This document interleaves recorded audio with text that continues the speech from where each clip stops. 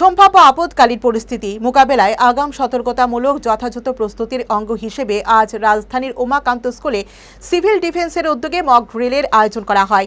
এই মহড়ায় পশ্চিম ত্রিপুরা জেলার দুর্যোগ ব্যবস্থাপনা কর্তৃপক্ষ ও জেলা সিভিল ডিফেন্স কর্পস নেতৃত্ব দেন। এদের সঙ্গে ছিল পুলিশ, দমকল, চিকিৎসা সহায়তা এবং অন্যান্য জরুরি সেবা সংস্থাগুলি। মহড়ায় অংশ নিয়েছেন সিভিল ডিফেন্সের স্বেচ্ছাসেবকরা।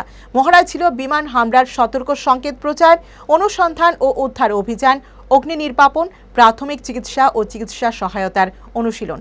এদিন পশ্চিম ত্রিপুরা জেলা শাসক ডক্টর বিশাল কুমার জানান, মহড়ায় অংশ নিয়েছে NCC, Tripura state rifles, home guards, আবদাবিত্র স্বেচ্ছাসেবকরা, চিকিৎসা দল এবং Tripura fire and emergency service. মহড়ায় পর্যায় বোঝাতে দুটি পৃথক ধাপে সাইরেন বাজানো হয়। এই মহড়া রাজ্যের দুর্যোগ মোকাবেলা ব্যবস্থাকে আরও কার্যকর করে তুলতে অত্যন্ত গুরুত্বপূর্ণ বলে জানান তিনি।